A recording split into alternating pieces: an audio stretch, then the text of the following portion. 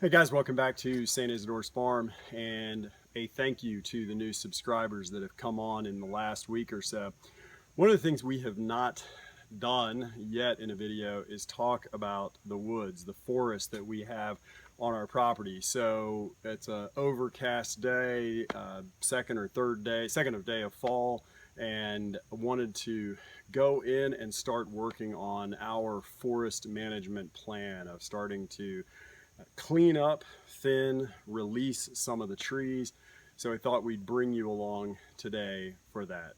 Okay, so as we head back into the woods, why a forest management plan? When we bought this property, we've got 20 acres. 10 of it is pasture and our garden. The pond is on some of it as well. This side of the stream, and actually if you look back this way, kind of where we were over there, you can see our bridge, which was the first thing that we built when we got here on the property. So we have a stream that comes down off of our neighbor's property from the back side of their pond and runs down here through this ravine and really bisects our property down to the pond. So this side of the property has been largely untouched, and I can assume that at some point in its history, way back, this was probably a farm with growing crops instead of livestock, because you can still see even here where there are old furrows in the ground, and there's other places where you can see them as well. So this is a transition forest. Looking at some of the age of some of the trees, I'm guessing it's about 30 or 40 years old, that has been completely unmanaged. So it has, you can imagine at one point, maybe it was a tobacco crop, and then somebody stopped farming it, the weeds started to come in, seeds came in, and eventually the natural succession happened, and it is now a mixed hardwood and pine forest. So what we want to do is get in and begin to manage this. You can go online and find sample forest management plans that you can print out, and they'll go through and ask you a lot of questions of what your purpose is for your woods. Are you wanting to manage it for income, for revenue from the timber? Are you wanting to manage it for not livestock, but wildlife, deer, wild turkey? Are you wanting to manage it for enjoyment and just to sort of a landscape and to sort of clean it up some? We're probably in those last two more than anything. We do hunt on these 10 acres back here.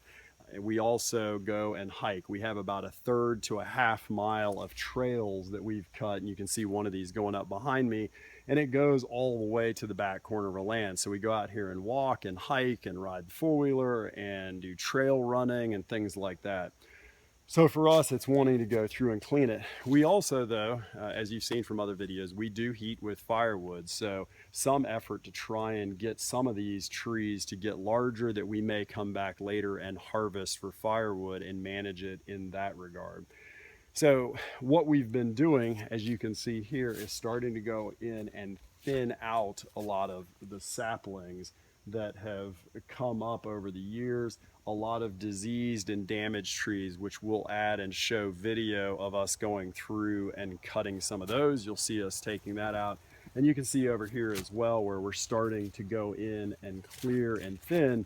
But if you continue to look back over this way, you can see how thick this gets with saplings and vines and just a lot of other damaged trees. And so natural selection will ultimately take care of that. But one of the issues, if Isaac, you follow with me and come up here, that we're having on our property is this right here.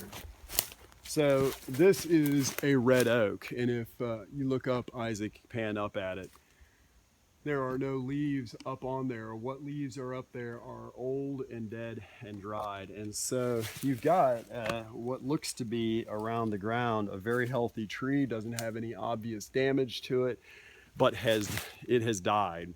And we have a number of these. I can show you some other, we'll show you some other examples as well. And so the problem here is that for some reason we have oak dieback or die off, two different things. And on our property, it seems to be affecting the red oaks more than the white oaks.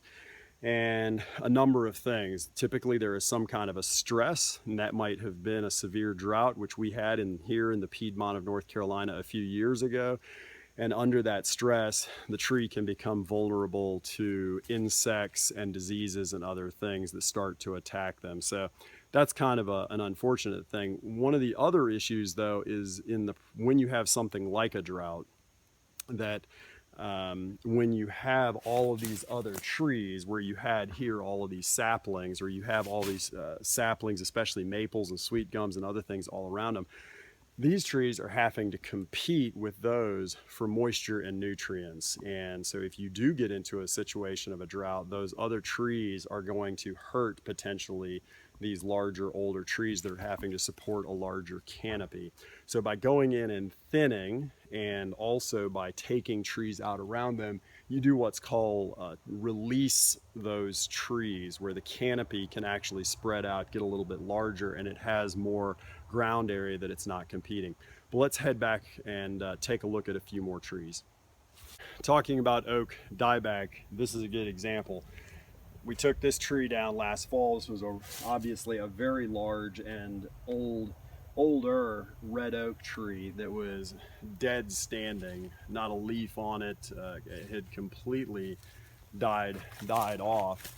And if we walk over here, see, got another red oak that's doing fine. This one seems to be pretty healthy. Don't see any sign of tips or anything that are up there that are dead. But we have started to take some of the trees down around it, and we still need to thin out more underneath here. So in a managed forest with mature trees, you might want the large trees to be 30 to 50 feet apart so they can really develop a large crown. So you can tell we have a lot more trees around here than just one for every 30 to 50 feet apart.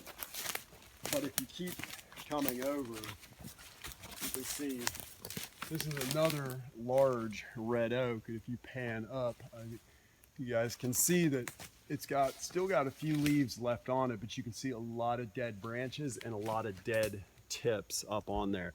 So this tree, unfortunately, sadly, because it's a beautiful, big, beautiful red oak, it will probably be dead within another year or two. And that's the thing with dieback. It doesn't necessarily kill it immediately, but once that stress has occurred, it's going to take a few years for it to die off.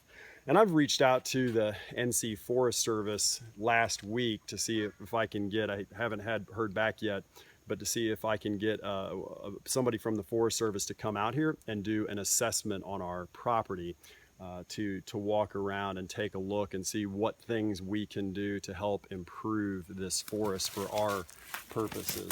So, all right, let's keep, we're gonna keep going to show you a few more things in our woods.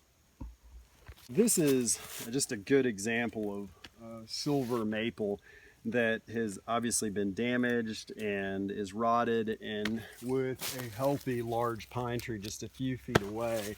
These are the sort of things that I want to go through and take out, because maples are thirsty trees. They will drink a lot. They spread their roots far and wide on the top, and they will take a lot of the nutrients from these other trees. So this is a good example of a tree that's never going to grow to be a good quality. Even for firewood purposes, this is not going to be a healthy tree that's going to get mature. So I want to go ahead and take things like this out. But if you look around just even in this area, you can see a lot of what we have to deal with, and what you'll see in the video is stuff like this, just dead standing trees that are here. This maple that has obviously been damaged for a very long time, that has fallen down, and in the process of falling down has damaged and taken other trees with it.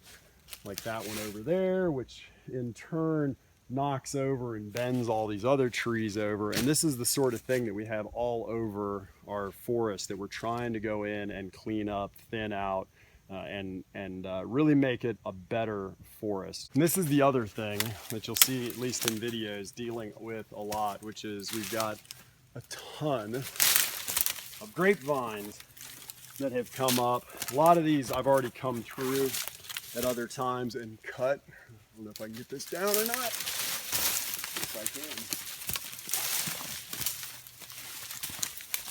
Good example of when I should have been wearing a hard head. But these vines will also get up into the trees, and depending on the types of vines, can cause a lot of damage themselves. They can, as they twist around, in some cases, they will choke off the tree and kill it, and then just continue to grow up it. And then in process, by cutting it off, they don't have to compete with the leaves of the tree. They use the structure for the leaves of the vine. So going through and taking out a lot of the vines, grapes, salix, which is that green thorny nightmare of a vine, and there's another vine, I don't know the name of it, but it's sort of a grassy vine. It's real papery on the outside, can get fairly large. It breaks really easy, but that's the one that likes to twist around trees and choke them off. So if you look, the woods, our property goes up against another farm next to us that's about 80 acres, and they have deeded their property to the Tar River Land Conservancy, so it will have to stay a farm for, I guess, in perpetuity for a long time, which is nice because we're buffered on that side. And this is kind of goes up to the edge, and then from here really we've got about another 8 acres that goes back this way. And you can see we've started to come in here and clean out some of this, but we still have a lot of dead standing trees, pine trees especially, that are just standing, some leaning trees. And those are things that I also want to go in and get rid of, just because when the kids are out here running around playing, or I'm out here running, or the family's walking or hiking, makes me a little nervous that one of those things is going to cut loose and hit the kids. One of the things you'll see in the video that I do is when drop a lot of these things on the ground is try to cut them into fairly small pieces and try to get them on the ground, so that I don't just cut them and let them sit up on top of other things, because then they're just going to sit there and dry out and they won't decompose and rot as quickly. So we're not going to go through and pull out a lot of these things for, say, a burn pile, but by cutting them and cutting them into smaller pieces, bugs and funguses and mold and algae and things like that are going to get in there and start to break them down and decompose, and hopefully much more quickly get them back down into the ground and clean this up. So that's it. Wanted to just give you a quick look at what we're doing, one of our ongoing projects that we'll be continue doing probably for some time. It'll take us a while to get through these 10 acres and really clean them up and manage them in the way we would like. And it'll be an ongoing process, because in some places we may select or leave a number of trees that are good candidates to become much larger, and over time it may be clear that one of them is much stronger than the other. So it may be that we come back at some point and start pulling out some of those weaker, smaller trees for firewood, things like that, or they get damaged and take them out again, and so we start to thin it a little bit more, and it opens up the understory. We've got places where we have wild blueberries out here, so that's the other part of this too, is that some of the understory plants and bushes that are really being blocked by a really thick canopy. By thinning it out some, you let light get back down into the forest floor, and some of those desirable plants and understory trees can have a chance to grow. So I'm going to put this together with some footage that Isaac shot of us to wrap the video up, of going through and actually cutting and clearing some of these out. But thanks again for watching and subscribing, and we'll see you in the next video. God bless.